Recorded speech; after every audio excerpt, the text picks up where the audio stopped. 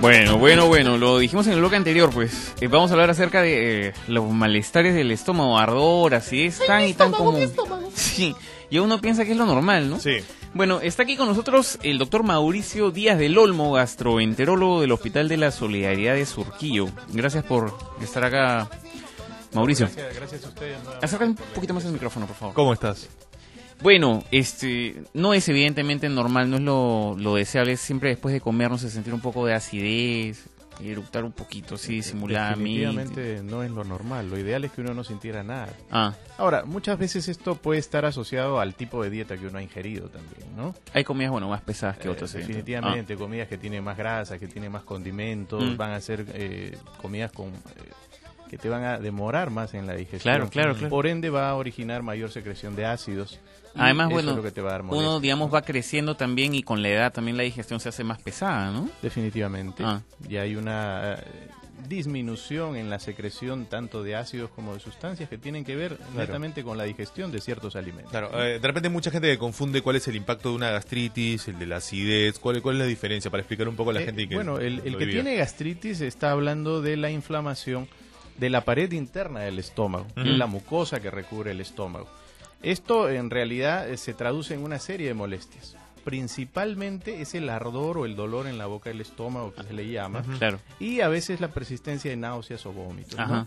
La acidez en general, o que algunos lo consideran también como la sensación de ácido que llega hacia el esófago, eso es más otro tipo de problema, que ahí estamos hablando de reflujo gastroesofágico, claro. ¿no es cierto? Claro que sí. ¿No? Entonces son dos cosas diferentes, reflujo gastroesofágico y lo que es gastritis. Hay uno que siente que la garganta como que le quema y el otro que el estómago le está quemando. Exactamente. Claro. Bueno, entonces si tienen ustedes consultas acerca de esto, asuntos estomacales, digamos, ¿no? Bueno, está acá el doctor Mauricio para hablar acerca de eso. De hecho, tenemos una llamada. Hola. Ajá, interesante. Se comió el interesante teléfono de la consulta. espera. Claro. Cuando hablamos del tema gastritis, siempre hay mitos asociados a la cura inmediata. Por ejemplo, tomar agua cuando uno tiene gastritis para aplacar un poco el dolor. ¿Es bueno o no? Va a ser una solución muy temporal, porque el agua va a actuar como un neutralizante. Para refrescar nomás. Claro, pero va a pasar un momento en que el agua ha sido digerida y nuevamente Claro. el ácido va a estar ahí molestando. Otra cosa es, por ejemplo, comer de a poquitos o de rato en rato un paquete de galletas, unas Claro. cuantas galletas o pan. Vamos a lo mismo, estamos tratando de paliar el ácido que ya está O dentro sea, de no nuestro es una cura, sino es básicamente para contener el calor, Exacto. el dolor. ¿Y por qué aparece la gastritis en este caso? O sea, ¿qué es lo que hay ahí? Mira, hay una serie de causas. Ah. Ahí se habla de causas exógenas, Del que son estrés. las más comunes, Ah. ¿no? Donde tiene que ver tanto el tipo de alimentación que uno tiene, con condimentos, con grasas, donde se toma café, se come ají, se toma licor, ¿no? Donde de repente pueden haber por ahí consumos de medicamentos que son irritantes, Claro, como claro. los antiinflamatorios. Sobre todo medicamentos con estómago vacío, ¿no? En general hay algunos que pueden irritar más el estómago que otros. Claro. Ah, Y ok. que a veces por vía sanguínea pueden llevarte al mismo problema, ¿no? Ujú. A ver, vamos Y a entonces, escuchar. bueno, o sea, factores de eso, la y dieta. ahí también tenemos que hablar del Helicobacter pylori, que es un microbio que se encuentra con mucha frecuencia en el estómago. Claro. Y hay otras causas que son endógenas, como el estrés, ¿no es cierto? Que tiene que ver también mucho con la gastritis. Bueno, a ver, tenemos una llamada telefónica ahora. Sí, hola. Buenas noches, Buenas noches, ¿cómo te llamas? me llamo Pilar. Pilar. Pilar. Bienvenida a Capital, Pilar. ¿Qué es lo que te molesta a ti? ¿Qué tienes? Sufro mucho de gases. Ah. Quiero saber a qué se debe, si es por la gastritis. Y bueno, yo O sé sea, que ¿tienes tengo- gastritis tú? Yo tuve gastritis por el Helicobacter pylori y tomé omeprazol y unos antibióticos y me calmaron. Ya. Pero lo que pasa es que ahora sufro mucho de gases y no sé si es porque estoy tomando demasiado café. Ok, a ver. mira, en primer lugar, hacer una diferencia. Ujú. Hablar de gastritis no es hablar de gases, o sea, no porque lleva las 3 primeras letras ya estamos Ya. hablando Ok, de es buena un problema. aclaración No, esa. o sea, Cosas no tiene nada que ver, la gastritis no totalmente tiene nada que ver con los diferentes, gases. Totalmente Ya. diferente, Ya. ¿no? Una acumulación de gases tiene que ver más con sobreproducción, que puede ser por algún tipo de alimento, a veces por bacterias que tenemos dentro de los intestinos. Ya. A veces también se ve en personas que, por ejemplo, mastican chicle, o a personas que hablan demasiado. También Porque tienden metes a mucho tragar aire al mucho cuerpo. aire. Eso es verdad. Los Yo pensaba conductores que de era radio verdad. estamos fregados. Pensaba que era un entonces. mito. Ah. Eso es verdad también, ¿no? ¿Ah, sí? Entonces, son una serie de situaciones que pueden Estamos fregados llevarte a de tener Sí, radio. sí, gases. claro. pero no tiene nada que ver con una gastritis. Son cosas diferentes. Ya, interesante. ¿Y qué hacer en esos casos? O sea, cuando tienes muchos gases. O sea, y has comido algo que... Porque, En digamos, primer lugar, te empujas un tratar tacutaco de- y puede que tengas claro. gases, pero... Exacto, hay que tratar de definir cuál es la causa. Ah. Por ejemplo, hay personas que toman leche Ya. y ya están llenos de gases, porque Claro. son intolerantes a la lactosa. Ujú. Hay quienes comieron, por ejemplo, menestras, comieron col, comieron coliflor. Uy, sí, ¿no? También, Entonces, claro. Están llenos de gases. Es ¿no? verdad, la Entonces, ahí col. hay que tratar de buscar cuál es la causa. Ya. ¿no? Y de repente eso tratar de irlo suprimiendo de la dieta. Pues, ¿no? Eliminarlo nomás, no Eliminar, queda otra. No te queda otra. A ver, una llamada aquí, hola. Hola, ¿cómo estás? Te habla Raúl de La Molina. Hola Raúl, A bienvenido. ver, Raúl. ¿Cuál ¿Qué tal? cuál es tu problema, Raúl? Mi pregunta era de que, por ejemplo, hace como cerca de 10 años me detectaron esófago de Barrett, ¿Ya? que es esofagitis. Entonces, siempre me dan cada mes para tomar Nexium, que es una pastilla que controla eso. El punto es que si, por ejemplo, yo lo dejo de tomar 5 días, una semana, ya me empiezo a originar los problemas típicos de la esofagitis, que es, como ustedes decían, la garganta, el ardor en la garganta, ¿no? ¿Qué quiere decir que el esófago de Barrett es irreversible? ¿Quiere decir que siempre voy a estar destinado a estar siempre tomando esa pastilla? Ajá, Esa ya. era mi pregunta. Gracias. ¿Va a tener que Ok, tomarla gracias. siempre? Sí, bueno, ahí hay que aclarar algunas cosas. A ver. Lo que él tiene es un problema de esofagitis por reflujo. ¿Ya? ¿Ok? La esofagitis por reflujo es lo que ha originado el esófago de Barrett. El esófago de Barrett ya es un cambio en la mucosa que recubre el ¿Y esófago. qué significa eso? No tengo ni idea. Esófago de Barrett, ¿qué cosa es? ¿Quién Claro, era es Barrett? un nombre, Sí. es el nombre del ¿Sid médico Barrett? que de repente Ah. lo describió Ah. y que te hablaba de un cambio ya del epitelio del esófago. Y... ¿No? Entonces, el riesgo es Ah. que el tener esófago de Barrett te predispone a poder desarrollar cáncer del esófago. Ah, caramba. ¿No es cierto? Ya. Entonces, eso hay que estarlo controlando con frecuencia, sobre todo si aparecen otro tipo de cambios como displasia o ya cáncer in situ. ¿no es Y cierto? entonces el medicamento es necesario. Es obligatorio porque lo que está haciendo ese medicamento es bloquear la secreción de ácido del estómago para Ujú. que ese ácido no esté regresando al esófago. Ahora hay que buscar cuál es la causa. De repente una hernia hiatal, de repente Claro. un problema solo del esfínter. Pero digamos que por ahora, caballero. Tiene que tomarlo Claro. toda su vida. Ah, bueno, no le queda otra. Una llamada más, buenas noches. Buenas noches. ¿Qué tal? ¿Con quién hablamos? Hablamos de Roberto acá de Piura. Roberto, ¿Cómo está Roberto? estás? Bienvenido. ¿Cuál es tu consulta? Mira, tengo mira, hace una semana comenzó un problema. Tengo el estómago, a la altura de donde está el ombligo, a la mano izquierda, me da cierto resortijón en las tardes. ¿Ya? Yo estoy comenzando a tomar, bueno, me desayuno puro el café y en la noche estoy tomando anís, pero no sé, he comenzado ciertos resortijones por momentos, de ahí me pasa. Tomo un vaso de agua tibia y me pasa, pero ¿a qué se debe? ¿Puede explicarme, por favor? Gracias. Ok, bueno, definitivamente es un poco difícil solamente por una conexión telefónica decirle cuál es el problema, ¿no? Ahí necesito una evaluación médica. Pero al hablar de retorcijones estamos hablando de un problema intestinal, o sea, Ya. de un espasmo a nivel de los intestinos. ¿Y eso más o menos cuál sería el...? Mira, pueden ser causa? parásitos, pueden ser ¿Parásitos? infecciones, Ya. claro, puede ser de algún problema de tipo intestinal, de Ya. tipo colon irritable, por ejemplo, Mm. que a veces es por estrés, ¿no? Pero Ah. lógicamente, finalmente va a necesitar una evaluación médica. Sí, claro. Va a tener que ir al doctor, pues Obligatoriamente. evidente. Aló. Hola. ¿Aló? Buenas Hola, ¿cómo te noches. llamas? Bájale volumen. No, bájale volumen. bájale, nada. bájale, al revés es. Sí, sí, sí. ¿Tu nombre cuál es? Sí, Rosy. Rosy, ¿cómo estás? Bienvenida. Sí, buenas noches. Quería consultarle al doctor que yo tengo una hija que estuvo con el problema del Helicobacter pylori. Hizo un tratamiento y ¿qué sucede? Que ya hizo el tratamiento, pero ella quería saber si esta bacteria que no sé si todavía lo ha eliminado totalmente, le puede producir estreñimiento de 3 días, acá está normal y después de 3 días tiene estreñimiento. Y luego también tiene bastante reflujo, o sea que para como que eructando y botando, eliminando gases por la boca. Quería que me responda eso. Gracias. Gracias a ti por llamar. Ok, mira, si el Helicobacter definitivamente es uno de los factores causales más fuertes de gastritis. No tiene absolutamente nada que ver con el estreñimiento, ya que el estreñimiento es un problema intestinal. Ya. ¿No es cierto? Ahora, las molestias que ella puede seguir teniendo no necesariamente son por el Helicobacter. Ahí hay que investigar a qué hora come, qué come, si hay estrés, ¿no? Y lógicamente esta paciente tendría la oportunidad de hacerse un descarte nuevamente de Helicobacter pylori a través de un examen que es el test de, O sea, test de aliento. puede que haya ¿no? regresado. Lógico, ¿Cómo es lógico. el test de aliento? Suena Test así de como bien aliento. curioso. Claro, Que le- Suena discriminatorio. no sé, es como que le soplas así al doctor. bueno, no es así. En realidad lo que se Menos hace mal, ¿no? es se le da una pastilla al paciente Ah, que se mezcla con una sustancia que produce la bacteria.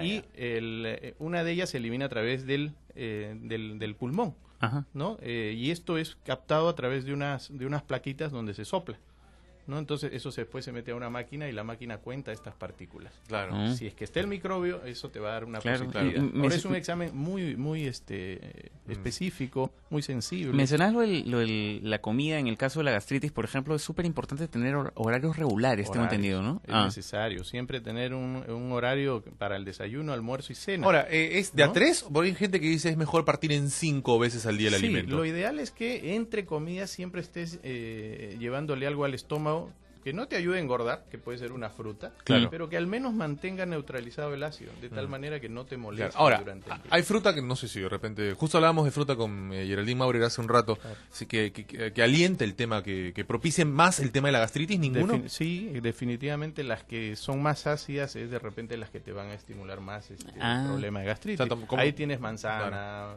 naranja, mandarina, Claro. lima, limón, toronja. Y bueno, ya ni hablar pues de cigarro, alcohol, ¿no? No, eso es Café. lo tienes que sacar obligatoriamente. También. Café, ají, gaseosa, Ahora, licor, ¿por qué cigarro, sacar? sacar. Yo tomo café, yo tomo mucho café y no tengo gastritis, por ejemplo. No. Esa es una pregunta bastante importante. Porque no es que no la tengas, la otra cosa es que no tienes molestias. Ok. ¿No es cierto? Claro. ¿Qué, de verdad? Porque eso depende del umbral de dolor que tengas tú. ¿Te das Ah, cuenta? A ver, con esa punto. pregunta Vamos regresamos. hay que ponerle pausa a esto. Tenemos que hacer una pausa y bueno, al regreso, malas noticias para Jesús Vélez. Le volvemos a poner play al asunto. A ver, ¿cómo es eso de que uno tiene que estar preocupado por, tomar café y el hecho que no te moleste la gastritis no significa que no la tengas? Claro que sí. Eso Se pone feliz el doctor que te da la mala noticia. Que Ya. huele, no, negocio para mí. Lo que sí te debo decir es que casi todas las personas tienen gastritis. Ya, Casi ok, todas la las verdad. personas tienen gastritis. Eso es cierto. Y en mayor o menor nivel, o sea, hay quienes tienen molestias, hay quienes no las tienen. ¿Ya? Pero finalmente, si uno quiere hacerse un despistaje, va a tener que ir a la endoscopía, ¿no es cierto? Ya. Obligatoriamente. Claro. Ahora, Y ¿de tomar- qué debería preocuparme si es que, por ejemplo, no siento que me venga mucho más fuerte? Lógicamente, a veces las personas que no tienen mucha molestia pueden llegar ya con otro tipo de problemas al futuro, ¿no es cierto? Úlceras, Claro. cáncer, ¿no? Entonces, cuando ya uno tiene una cuestión más avanzada, es que recién va a consultar al médico. Claro, a veces lo que te duele menos no lo chequeas. Exactamente. Claro que Ya. sí. O sea que uno tendría que ir al gastroenterólogo así como... Sí, más cada- o menos ¿cuánto los tiempo? estudios que se han hecho te dicen que por encima de los 35, 40 años ya deberías comenzar a chequearte el estómago. Ahora, si tú tienes molestias y has recibido un tratamiento y no te mejoran esas molestias, también debes ir en cualquier edad. ¿No es cierto? Malas noticias de esta noche. ¿no? Encima de la próstata, ahora el estómago. A ver, buenas noches. Aló, buenas noches. ¿Qué tal? ¿Con quién hablamos? César de San Borja. Hola, César, bienvenido. Buenas noches, doctor. Una consulta. ¿Qué tal? Buenas noches. ¿Qué es más fácil de curar? ¿Una gastritis por un desorden alimenticio o una que proviene de esa bacteria, ¿no? Eso, y yo antes tomaba, o más o menos tomaba más gaseosa que ahora y no tenía problemas. Ahora cuando tomo gaseosa sí siento problemas de gastritis. ¿Ha cambiado ese umbral de dolor que usted dice o que uno puede cambiar eso? Claro que sí, eso puede ir variando a través del tiempo. ¿Cuál es más fácil de curar? ¿Una gastritis por hábitos o una gastritis por Helicobacter? ¿No? Lo bueno del microbio es que si le das un tratamiento adecuado lo puedes desaparecer y muchas veces eliminas. El la hábito es más molestia. difícil de cambiar. El hábito es un poco más complicado porque tiene que ver con trabajo, tiene que ver con quién cocina, tiene que ver dónde comes, o sea, Claro. una serie de cosas, ¿no? Claro que sí. Entonces ahí es un poco complicado. Ahora, el hecho de que a una persona le suene mucho el estómago, en las noches, de repente en la televisión, y empieza a haber un monólogo. ¿Eso es indicio de algo? Esos son tus intestinos. Nada más, Los no hay que están ningún... sonando. no hay ¿Por qué? ningún- Porque hay movilización de aire. Pero hay y gente a la que contenido. no le suena la barriga, digamos. Sí. Mira, eso puede ser a veces hasta por estrés. ¿Sí? ¿Sí? ¿No? Claro. No, eso puede ser hasta por estrés. Pero digamos, no es síntoma de algo malo que te suene la por eso barriga. te digo, que es parte de lo que le decíamos al otro señor, ¿no? Eso puede ser también por parásitos, Claro. puede ser por Pero que bacterias, interrumpa hay que hacer conversaciones, estudios. así que suene Hay fuertísimo. pero esas personas a veces son más por estrés. Y ocurre que cuando están en una situación media complicada es donde más sienten el sonido, más sienten el malestar y a veces la sensación de querer ir al baño rápidamente, ¿no es cierto? Que así lo alivian. Sí, claro. ¿No? Eliminan los gases o defecaron y ahí aliviaron su molestia. Claro. Eso es más para un problema intestinal, no es tanto de gastritis. Ah, ya, genial. A ver, tenemos una llamada más aquí. Hola. Aló, hola muchachos, buenas noches. Buenas Quiero hacer una tardes. consulta al doctor. ¿Tu nombre cuál es? Raúl. Raúl, bienvenido. Aló. Sí, quería hacer una consulta al doctor. Mire, yo soy un paciente de 41 años.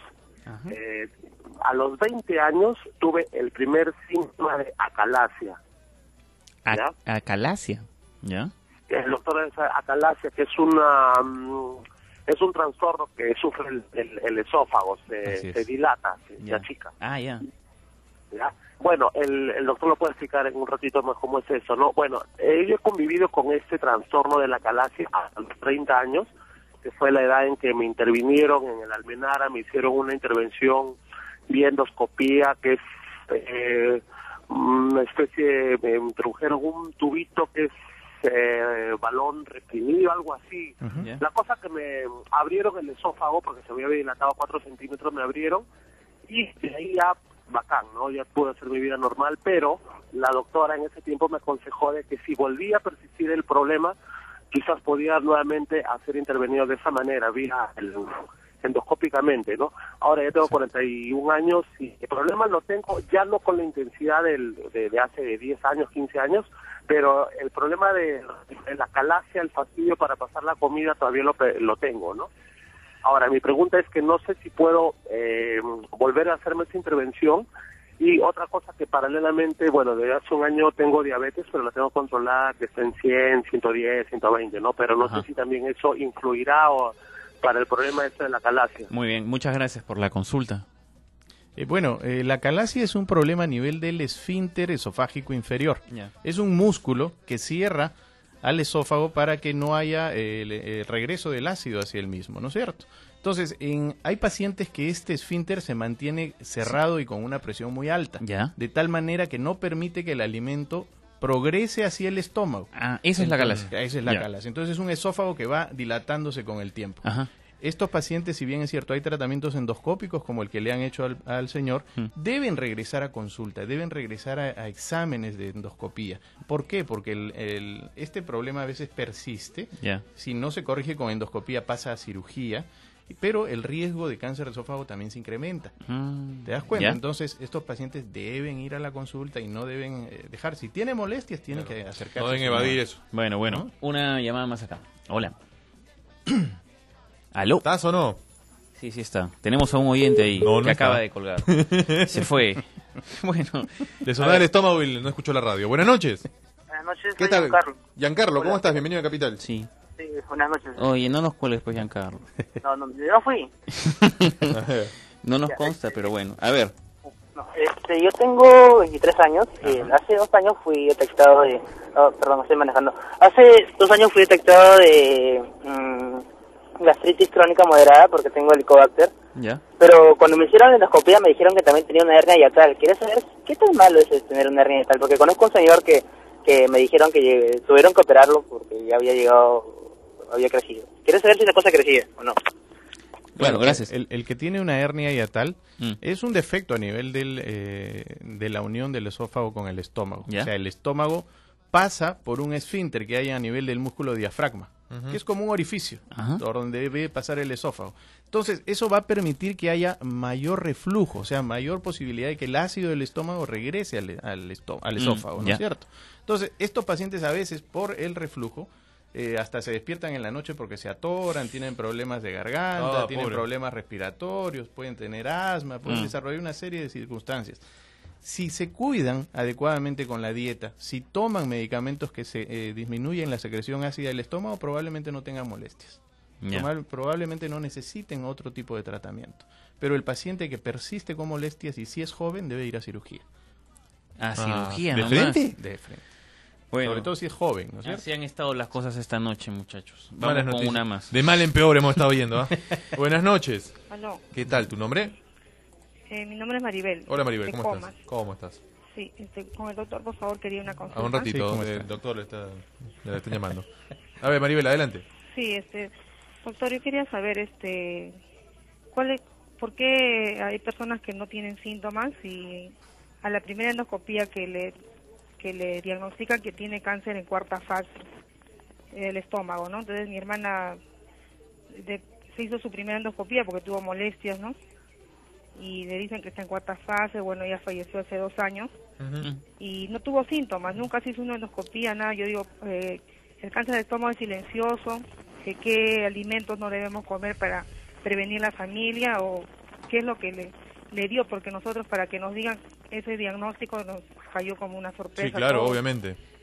Quería su consulta, sobre todo a mí qué alimentos pueden dar el cáncer al estómago, porque después se le hizo metástasis al cerebro, ella murió ya con el cáncer del cerebro y le dieron un año de vida nomás.